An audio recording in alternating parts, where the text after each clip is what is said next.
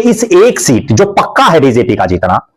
इसको लेकर के राजनीतिक गलियारों में कई नेताओं के नाम चल रहे हैं और विशेषकर उन नेताओं के नाम चल रहे हैं जिनकी या तो लोकसभा या विधानसभा की टिकट कट गई या जो नेता चुनाव हार गए। यानी मोटा मोटी हम ये कह सकते हैं कि चुनाव हार चुके नेता और जिनको टिकट ही नहीं मिले, यानी बेटिकट नेता, हारे नेता और बेटिकट नेता, वो इस प्रयास में हैं और उनकी दिली इच्छा भी है बहुत सौ की कि पार्टी उनको राज्यसभा में भेज दे।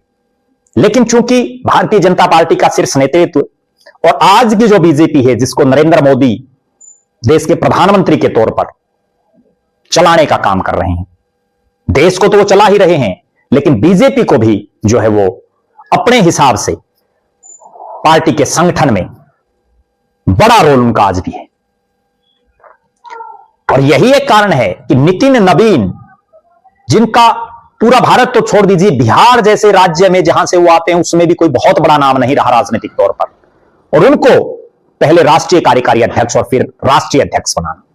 अपने आप में इस चीज का एक उदाहरण है कि आज नरेंद्र मोदी जो चाहते हैं वो कर रहे हैं। वरना तो बड़े बड़े नेताओं के नाम चले, लेकिन सब नाम चल करके रह गए, कुर्सी तक नहीं पहुंच पाए। अब राजनीतिक गलियारों में जिन नामों की चर्चा चल रही है उनमें चूंकि 2 सीटें खाली हो रही हैं, एक जाट समाज से नेत्री किरण चौधरी, वो जाट समाज से हैं, रामचंद्र जांगड़ा बैकवर्ड समाज से आते हैं, और भेजा जाना निश्चित है कि एक पर ही बीजेपी का पक्का बनेगा। 3 जो अन्य सीटें हैं जिनमें 2 ब्राह्मण समाज से आने वाले शख्स, जिनमें एक महिला नेत्री रेखा शर्मा और दूसरे कार्तिकेय शर्मा हैं, और जाट समाज से आने वाले सुभाष बराला हैं। पहली बात तो यह क्लियर कट नजर आ रहा है कि जब 2 ब्राह्मण पहले से ही राज्यसभा में हैं, एक बीजेपी की तरफ से है और दूसरा बीजेपी के समर्थन से निर्दलीय है, तो ब्राह्मण को तो भेजा जाने का कोई जो है लग नहीं रहा कि बीजेपी कोई दांव खेलेगी।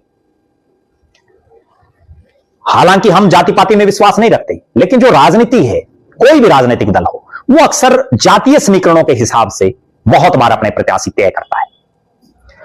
अब जाट समाज से कोई जाएगा, क्योंकि जाट समाज से अभी एक सुभाष बराला है